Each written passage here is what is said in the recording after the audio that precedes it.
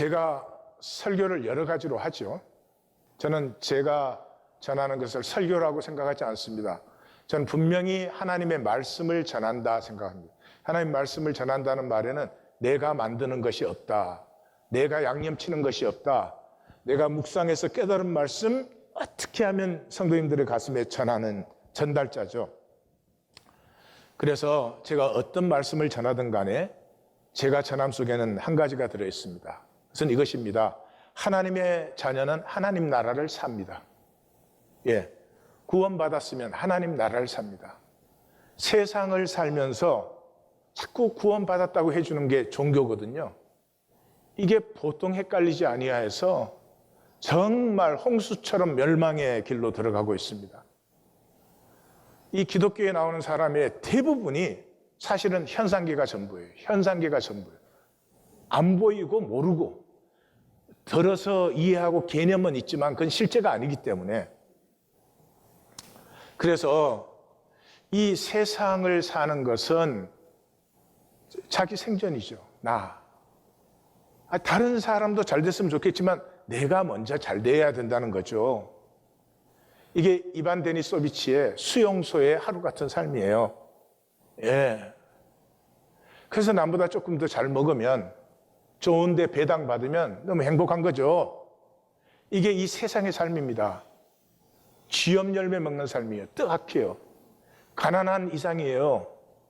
중산층이 되는 게 아메리칸 드림이지만 중산층 되면 행복하게 삽니까? 자유하게 삽니까? No. 똑같은 고민이에요.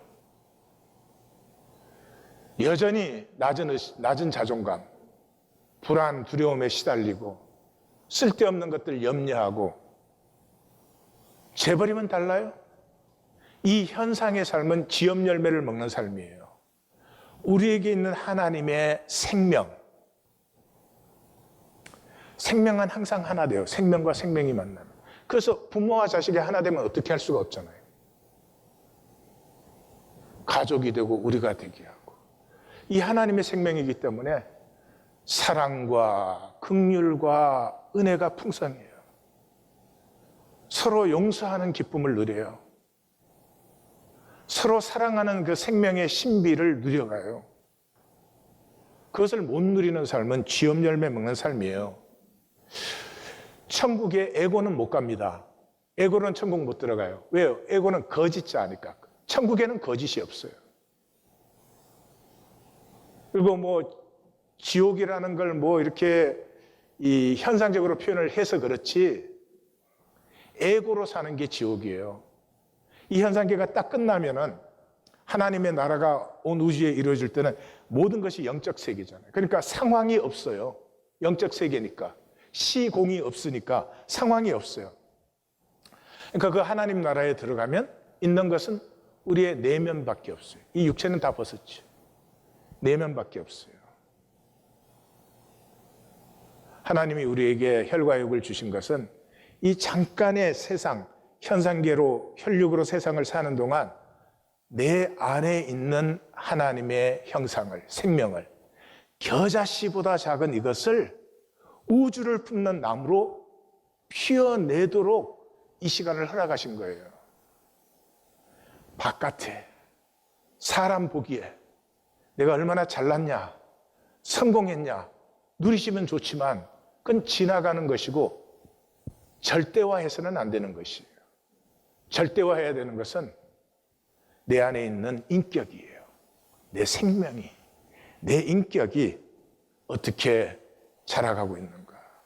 이 인격을 피우는 길은 하나님 주신 생명을 이 육체로 사는 것밖에 없어요. 안 살았는데 인격이 숭고해졌다. 그게 있을 수가 없죠. 그래서 제가 무슨 말씀을 전해도 하나님의 나라는 하나님의 자녀가 들어가는 것입니다. 그것은 생명의 사람이죠. 에고가 아니다 하는 것입니다. 에고로 이해하고 듣고 왔다 갔다 하고 그러시면 안 되고 이제 그것을 끝내야 됩니다 하는 간절한 바람이 제가 전하는 모든 전함에 들어있는 것이죠. 이번 주 본문도 샌드위치 기법이에요. 이 복음서 기자들이 많이 쓰는 기법인데 특별히 십자가 앞에 나와서 굉장히 많이 쓰고 있습니다. 빌라도와의 문답으로 시작됐고 빌라도의 의도가 드러납니다. 빌라도는 예수님을 놓아주고 싶습니다. 그 가운데 자기 백성의 고발과 침묵이 들어옵니다. 메시아의 백성이 메시아를 거부합니다. 이 세상에 지금 예수 싫다는 사람 아무도 없어요. 끝까지 거부하는 사람들은 교회에 다니는 기독교 종교인들입니다. 내 종교 있으니까. 내 종교 있는데 왜 나를 귀찮게 구냐 이거예요. 놔두라는 거죠. 내가 유대인의 왕이냐 그렇게 질문합니다. 내 말이 옳도다 그랬죠. 마태복음은 유대인의 왕으로 시작해서 유대인의 왕으로 마감되죠.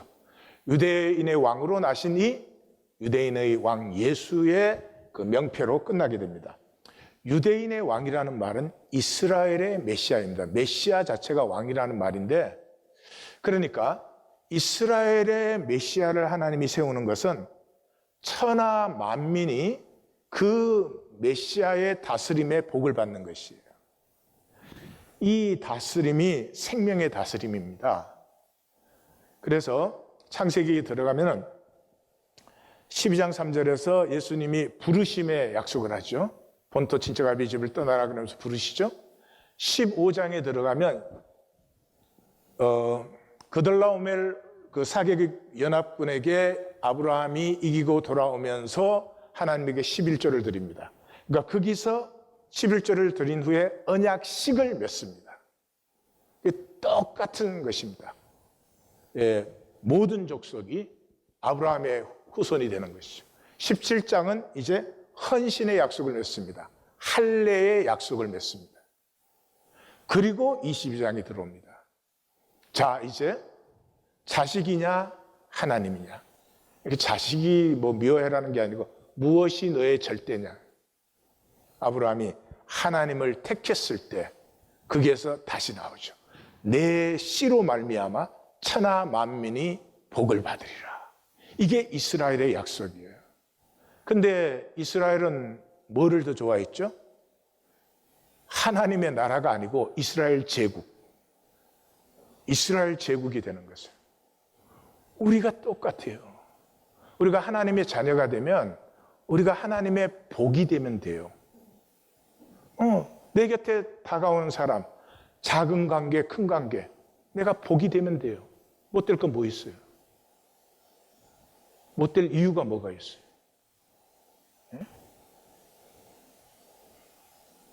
그저 나를 긍휼히 여겨주신 하나님 때문에 내게 다가오는 사람도 긍휼히 여기면 되는 거 아니에요. 그러면 자꾸 생명이 자라가는데 그건 안 하고 나의 제국. 내가 뭐가 돼야 되거든.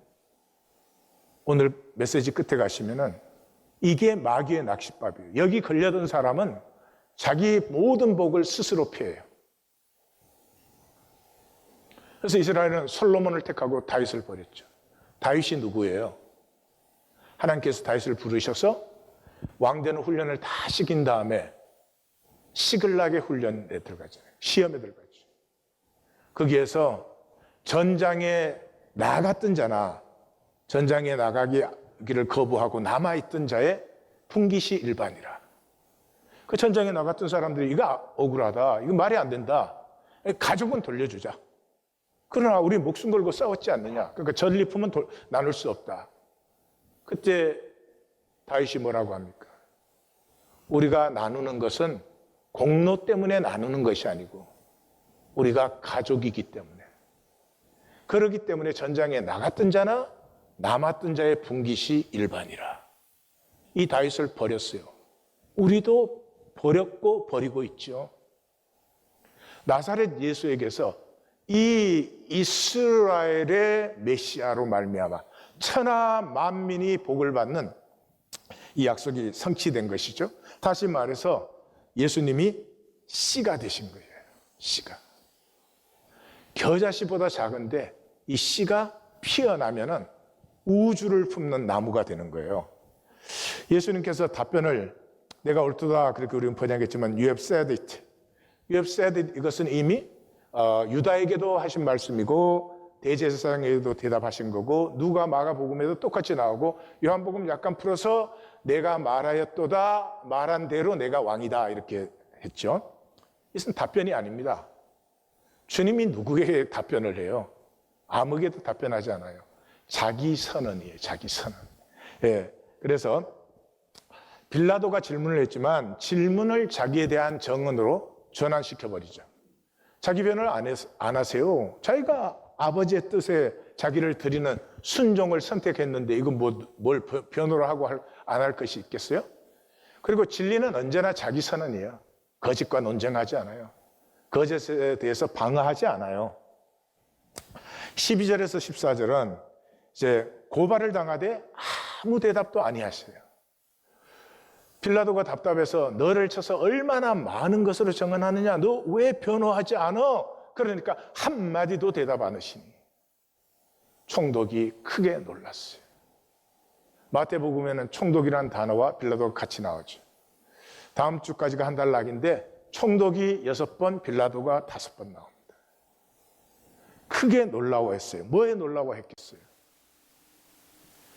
침묵하시는 예수님 안에서 분명하게 느껴지는 신성이죠. 이런 죄수를 본 적이 없죠. 죄수가 되면 다 살려주기를 구하죠. 단순히 그냥 든든하고 이런 것이 아니에요. 예수님의 말씀에서 뿜어 나오는 신성을 그걸 어떻게 인간이 못 느낄 수가 있겠어요? 뭔지 모르지만 느꼈죠. 여기 놀라다는 단어가 우리 여러 번 만난 단어예요. 다우마초. 기억하시죠? 예. 그래서 성경의 하나님은 숨겨지신 하나님이에요. 이사야 선지자가 선포했듯이. 그러니까 숨겨지셨다는 말은 침묵 속에 거하는 하나님이에요.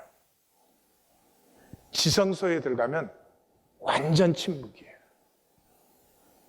바깥에서 대제사장이 살아있는지 죽었는지 알 수가 없어요. 그래서 방울을 다는 거예요. 완전한 침묵 속에. 종교는 너무 많이 떠들어요. 북치고 꽹과리치고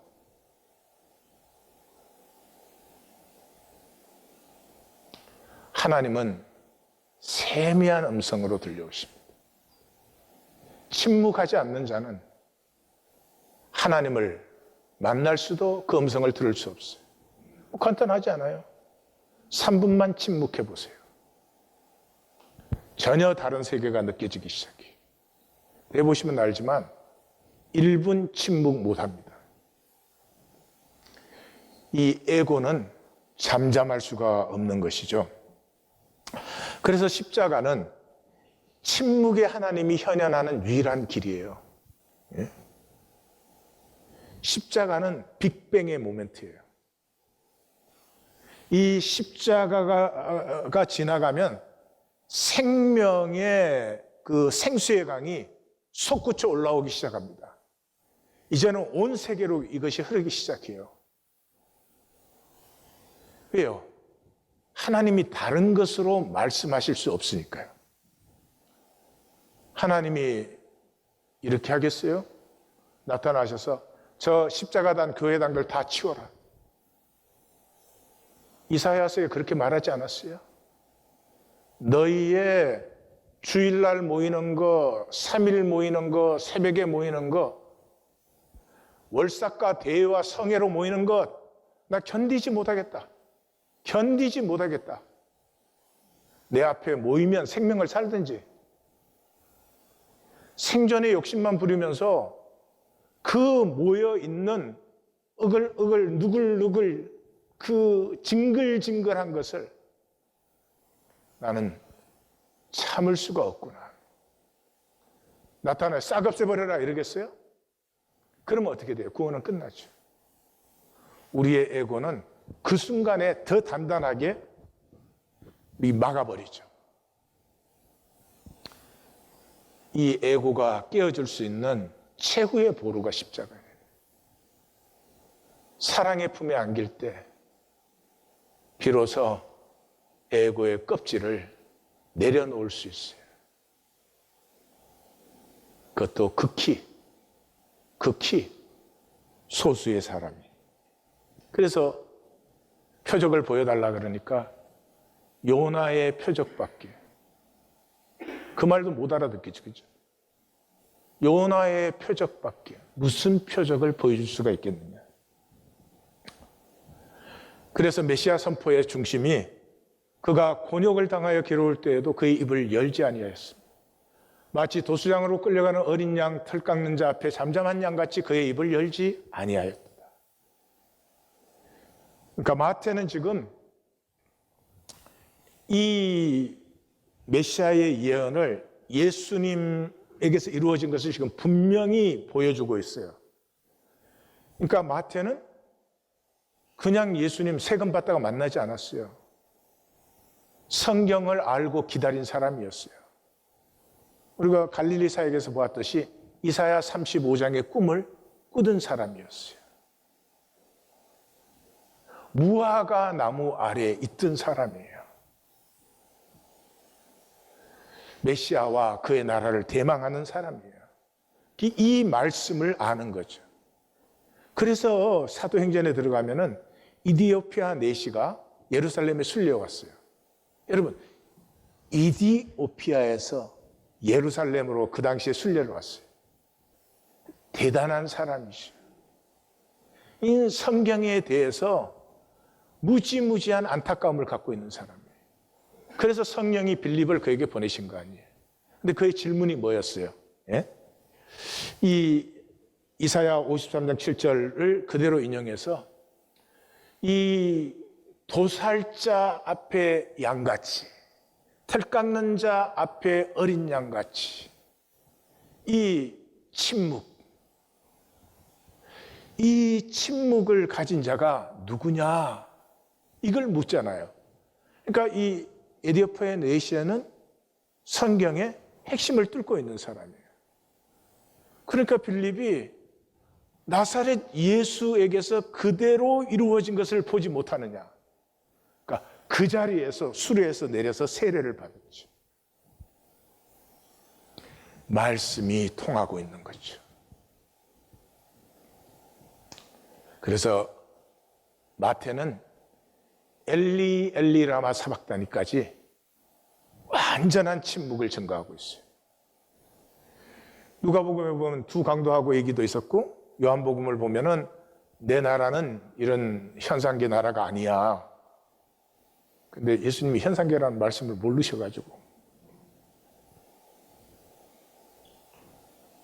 그런 말씀이 있으셨죠. 마태에게서 그것은 하나도 중요하지 않아요. 그것보다 더 중요한 것은 예수님께서 침묵했다는 거죠. 우리는 침묵에서 하나님을 만납니다. 저는 이런 종교의식 다 없애버리고 우리가 영적으로 조금만 더 성숙하면 두세 사람씩 모여서 침묵하면 하나님의 임재와 음성을 훨씬 더 선명하게 만나고 들을 수 있어요. 그걸 못 견뎌서 다들 떠드는 거예요. 떠드는 거. 에고에 가장 불가능한 게 뭐예요? 침묵이죠, 침묵.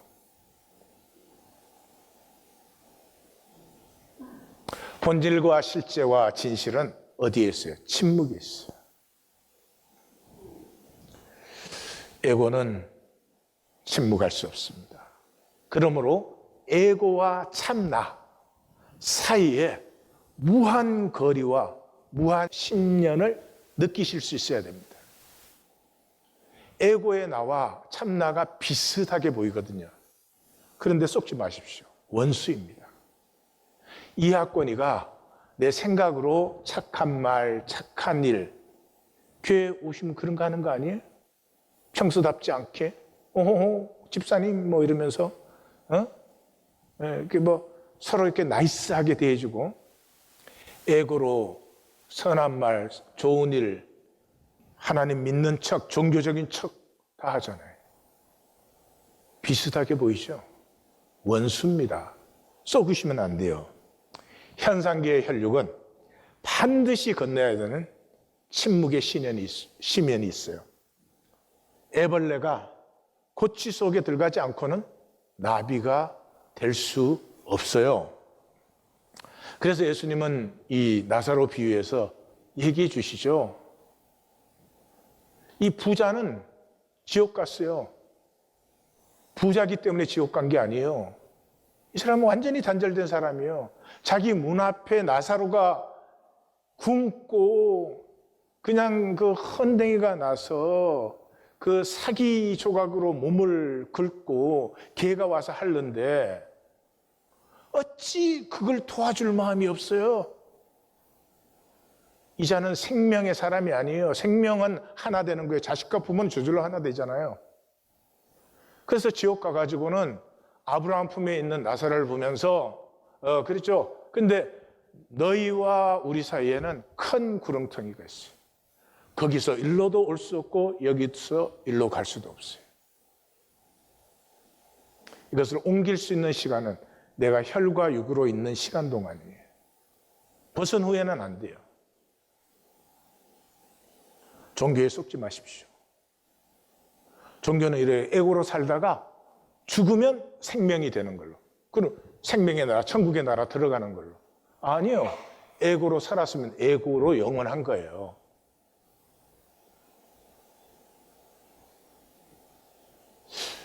그 거짓을 우리는 참 좋아해요. 에고로 살아도 죽으면 천국 간다. 그러면 천국이 아니죠. 에고의 천지겠죠.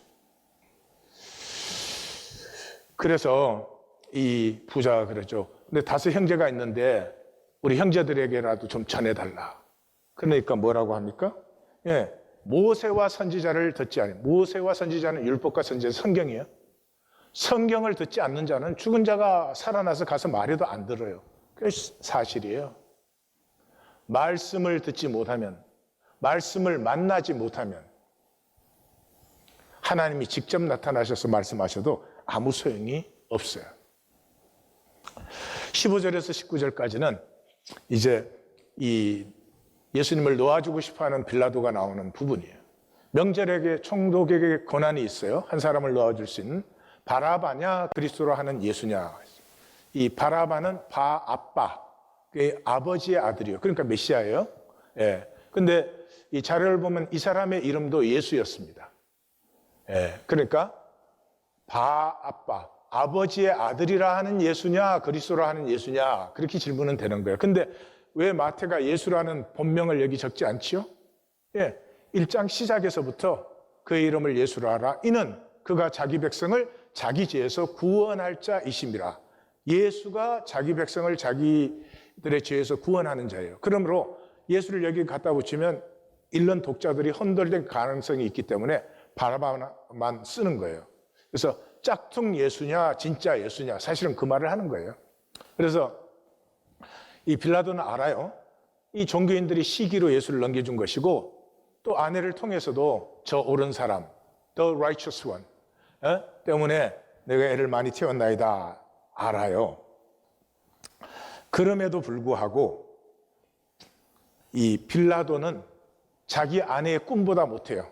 다시 말해서 이 에고의 지식, 우리가 평생을 에고의 지식으로 살아요.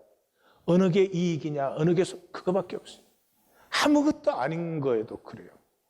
에고의 지식, 필요는 하지만 그걸 전부로 사는 것은 참 불쌍한 일입니다.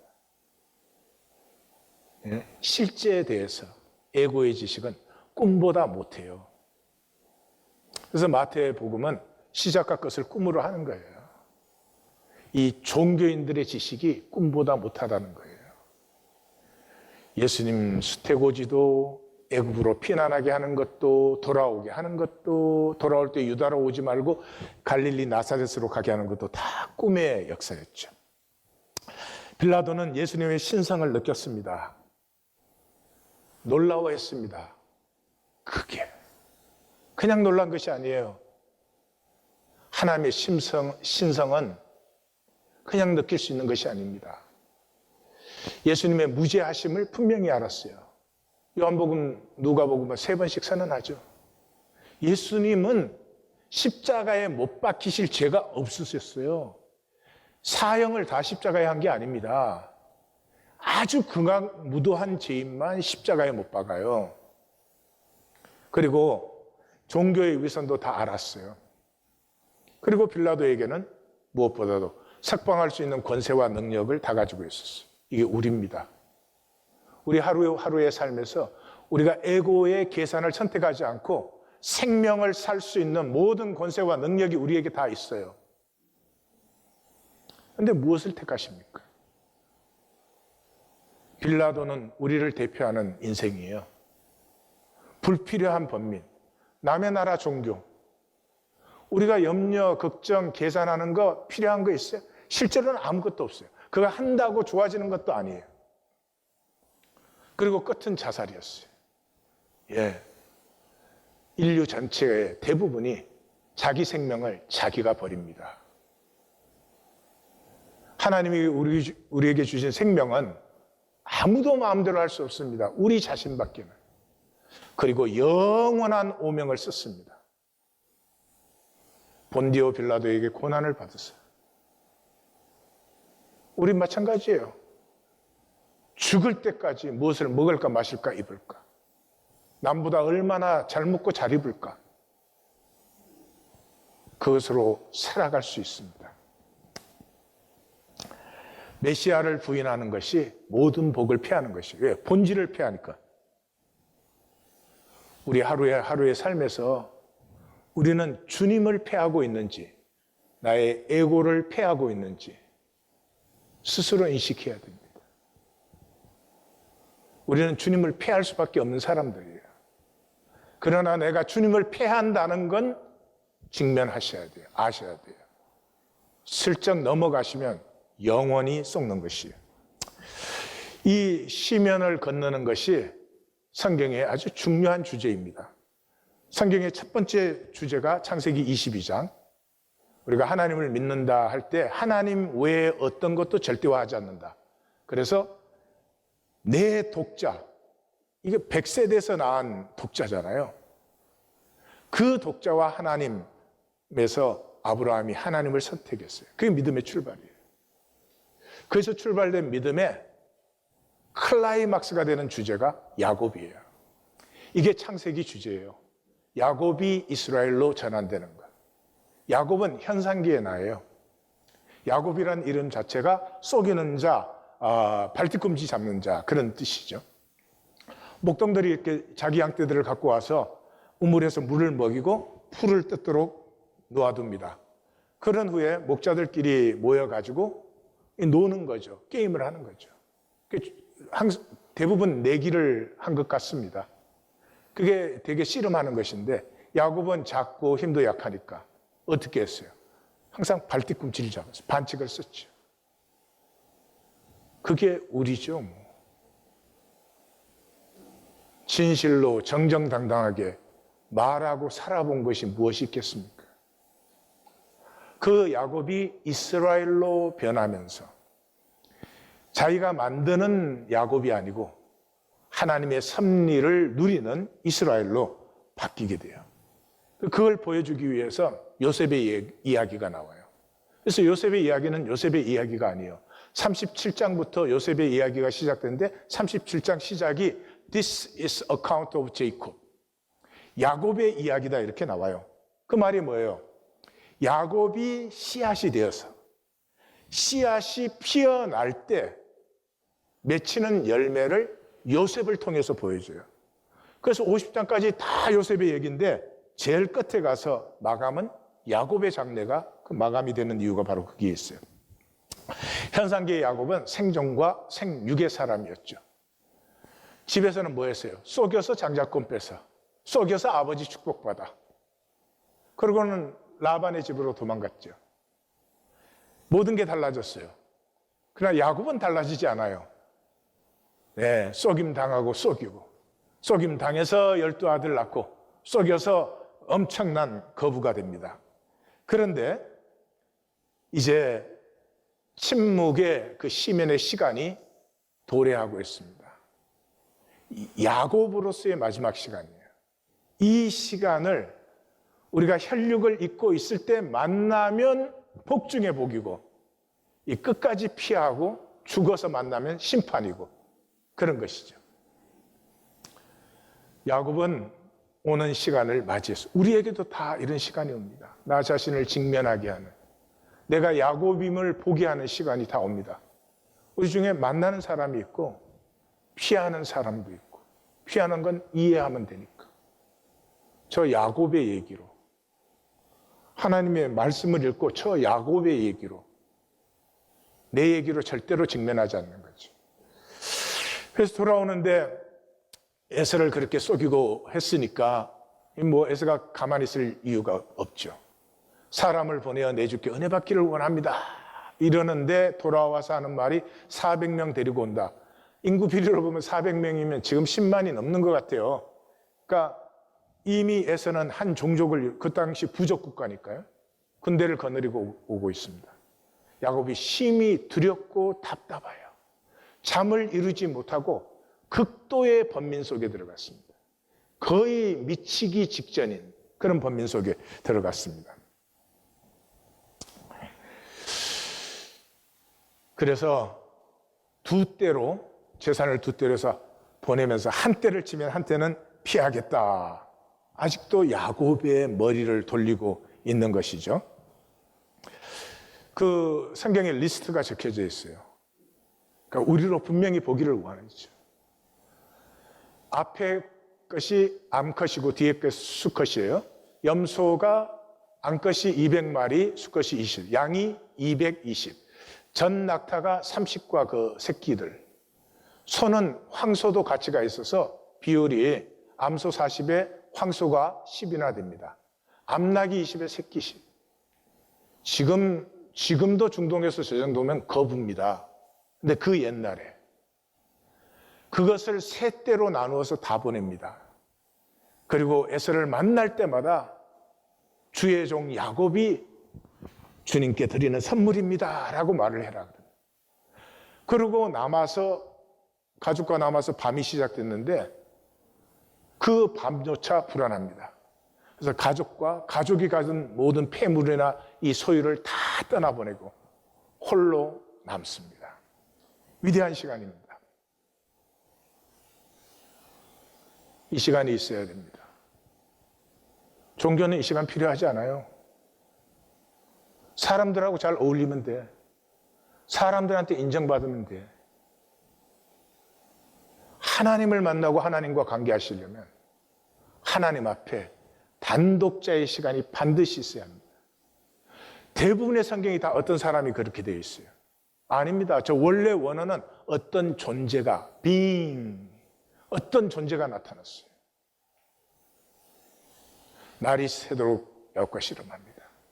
왜 어떤 존재라고 표현될까요? 하나님이.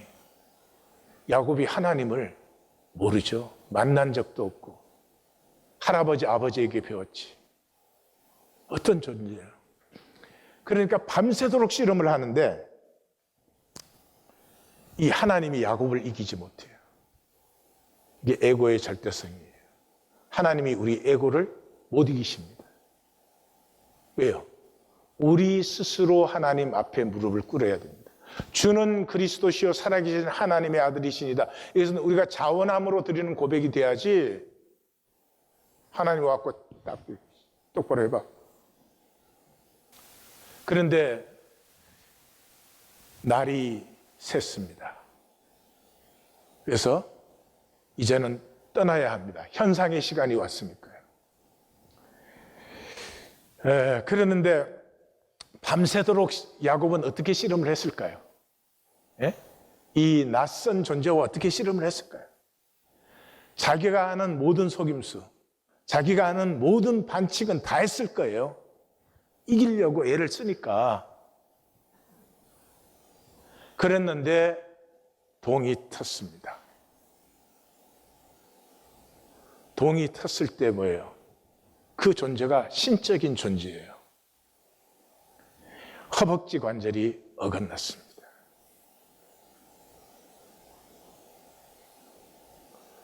하나님과 씨름할 때 우리가 하나님 몰라요. 에고로 씨름을 하고 거부하고 욕심을 부리고 온갖 우리 매일의 삶이 그거 아니에요? 하나님 거부하고 속이기 위해서 온갖 걸 하지 않아요? 하나님 따르기 위해서, 하나님에게 순종하기 위해서, 그 뜻을 이루기 위해서 우리가 살고 있습니까? 아니죠. 우리 잘못한다는 말이 아니에요. 우리가 섭리 속에 담겨져 있는데 어떤 섭리 속에 담겨져 있는지 우리가 분명히 보여야 됩니다. 이 허벅지 관절이 어긋나면 다시는 속일 수 없죠. 허벅지 관절이 어긋나는데 어떻게 발뒤꿈치 잡아요? 이게 신약에서는 통곡이 터진 베드로예요. 큰 소리 치고, 에고로는 정말 자기가 주님 사랑하고 뭐 다 알았죠. 통곡이 터진 후에는 이제까지 살았던 생존 기제는 다시 살 수가 없어졌어요. 야곱의 허벅지 관절이 어긋났습니다. 여기서 이제 중요한 시간. 하나님이 나로 가게 하라. 더 이상 내가 너에게 할 것도 없고 너도 나에게 할 것도 없죠. 그런데 야곱이 그래. 내게 축복하지 않으면, 당신이 내게 축복하지 아니하면 가게 하지 않겠나이다. 여기서 어긋난 허벅지 관절을 고쳐달라고 안 했어요. 이 밤에 홀로 남아서 이 씨름한 이유가 뭐예요? 에서가 두려워서잖아요. 저 에서를 좀 막아주세요 그러지 않았어요. 이 에고의 허벅지 관절이 꺾이는 순간에 이 현상계 너머의 낯선 세계, 이 침묵의 시면을 걷는 그 하나님의 세계, 그 세계의 복을 구했어요. 이게 에고의 허벅지 관절이 꺾일 때 일어나는 일이죠. 애벌레가 기꺼이 죽음으로 들어가는, 기꺼이 고치 속으로 들어가는 시간. 본토 친척 아비의 집을 떠난 낯선 세계. 모세가 호렙산에 가서 이 광야 깊숙이, 우리는 그렇게 번역이 되어 있는데, 인간이 들어가지 않는 지경인 하나님의 지경, 호렙산으로 들어가는 바로 그 시간이에요. 그랬더니 내 이름이 뭐냐? 그렇게 야곱입니다. 이제는 야곱 아니야. 너는 이스라엘이야. 더 이상 생존의 사람이 아니에요. 이제는 이 에고의 허벅지 관절이 어긋나면서부터는 생명이 피어나기 시작해요. 왜요? 내가 하나님과 사람들에게 이겼습니다. 뭐가 이기는 거예요? 참된 이김은 섭리를 넘어서는 거예요. 하나님께서 우리를 혈육, 육체 가운데 담아주셨잖아요. 이 세상 속에 살게 했잖아요. 우리를 에고로 살게 하셨잖아요. 우리로 종교로 하나님 믿게 했잖아요. 섭리의 그릇들이에요. 여기가 좋사오니 그러면 큰일 나는 거예요. 그 섭리를 넘었어야 돼요. 그 섭리를 넘었을 때가 내가 자원하는 시간이죠. 그죠? 내 생명이 열리는 시간이죠. 에고가 꺾이는 시간이죠. 이것이 이스라엘이 된 야곱이에요. 허리 관절이 어긋난 에고예요. 그래서 어떻게 됐어요? 자기는 만남이 뭐밖에 없는 줄 알았죠? 에서와의 만남밖에 없는 줄 알았어요. 이건 죽음의 만남이에요. 죽음과의 만남이에요. 그랬는데 자기가 몰랐던 하나님과의 만남이 이루어지고 나니까, 자기의 에고의 관절이 어긋나고 나니까 어떻게 되었어요? 이제는 모든 것이 순리가 돼요. 상황 만들려고 아무리 애써도 안 되시죠? 내가 순리가 되면 돼요. 내가 순리가 되면 모든 것이 나를 순리로 대해요. 순리가 뭐예요? 하나님이 하나님이세요. 나는 나예요. 이웃은 이웃이에요.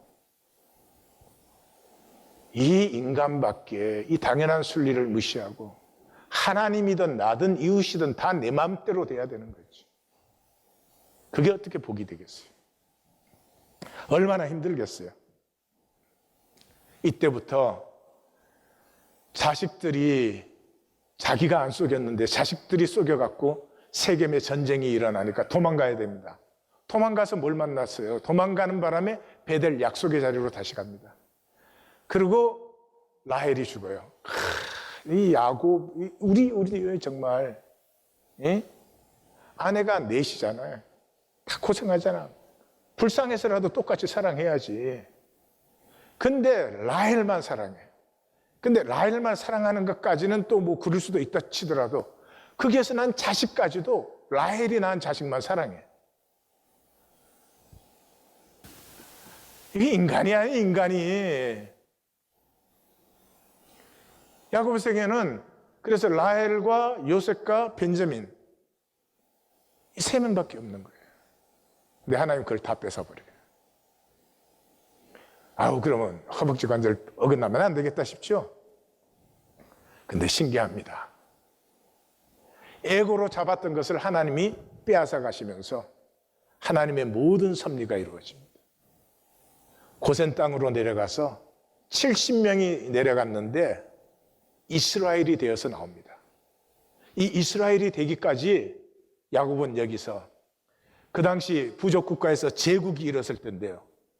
그 제국 속에서 억눌리고 도망 나오고 압제받고 그런 사람들을 전부 거기에 품습니다. 그래서 출애굽할 때는 중다잡족이라고 되어 있잖아요. 야곱의 핏줄 후손이 아니에요.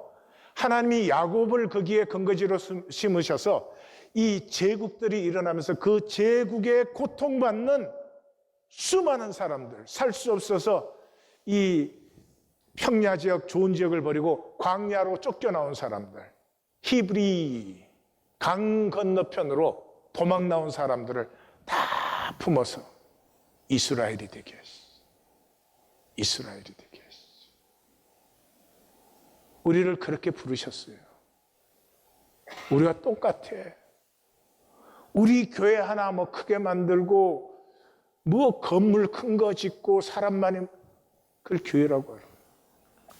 그래서 요셉의 이야기가 다 끝날 때 마감은 야곱의 장례로 하는 거예요. 야곱의 장례를 보니까 40일간의 항체를 하고 70일간 애굽이 애국하고 바로와 바로군과 애굽 전역의 신하와 원로들과 요셉과 그 온 집안 형제들과 온 집안이 다 올라오기 때문에 병과 기병이 호위를 하고 가나안에 와서 또 7일간 애국하고 마므레 막벨라 굴에 장사를 했습니다. 마므레 막벨라 굴이 어디예요? 아브라함이 롯과 갈라질 때 롯은 저 문화가 이미 발달되어 있고 생존 시설이 잘 되어 있는 소돔과 고모라를 택했죠. 그래서 자기는 할 수 없이 마므레 상수리 나무 숲을 쪽에 자리를 잡을 수밖에 없었죠. 생존계에서 떨어져 하나님 앞으로 나아간 그 자리에. 문제는 이것이에요. 현상계도 아름답고 애틋해요. 뭐 현상계에서 현상으로 사는 사람은 맨날 나쁜 생각만 하고 뭐 하여튼 나쁜 짓만 하고 그러면 간단해요. 그럴 사람이 별로 없을 거예요. 근데 생존도 생육도 상당히 애틋해요. 그래서 이 생존으로 안 살 수가 없는 거예요. 우리 중에 누가 뭐 야곱이 좋아서 야곱으로 사는 사람은 없어요. 중심을 가르쳐 드릴게요. 죄를 알면 현상계는 절대로 절대화시키지 않아요. 죄는 단절이에요. 이 온 우주 영원에서 가장 참혹한 것이 영원한 단절이에요. 지금은 단절되어 있어도 뭐 싸우고 지지고 볶아도 이 혈육으로 뭔가 관계를 만들 수 있잖아요. 그런 관계도 없어요. 영원한 단절이에요. 참혹한 것이에요. 이것을 기억하시면 현상계에서 우리가 누리는 것이 뭐 애틋하고 아름답고 좋은 것이 많지만은 누리지 그걸 절대화시키지는 않아요. 다시 말해서 죽음을 기억하십시오. 죽은 후에는 육체의 인연은 다 사라져요. 그때 나에게 영적 인연이 있느냐 하는 것이, 하나님과 내가 하나냐 하는 것이에요. 하나님 안에서 이 만유와 하나냐 하는 그것을 기억하셔야 됩니다. 나사렛 예수는 특징이 있습니다. 짧은 생에 짧은 사역이지. 예수님 말씀하신 거 다 모아도 브러쉬 하나도 안 돼요. 불교는 경전 다 모으면 추록으로 몇 대뿐이에요. 왜 그래요? 예수님은 딱 한 가지 하셨어요. 아버지를 알려주셨어요. 아버지의 사랑의 가슴을 우리에게 알려주셨어요. 그것뿐이에요. 현상적으로는 아무 도움도 안 주셨어요. 현상계 최고 절대가 뭐예요? 부친의 장례예요. 아버지 장례 안 하는 이 세상에서는 말자 중에 말자 중. 근데 아버지의 장례조차도 그건 죽은 자들이 지내라고 해. 이 예수님을 우리가 따를 것인가 안 따를 것인가 하는 것입니다.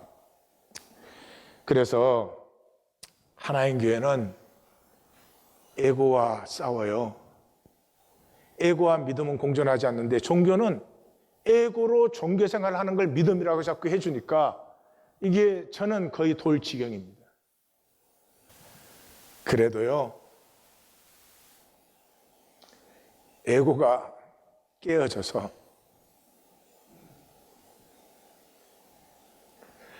생명의 싹이 터야 됩니다.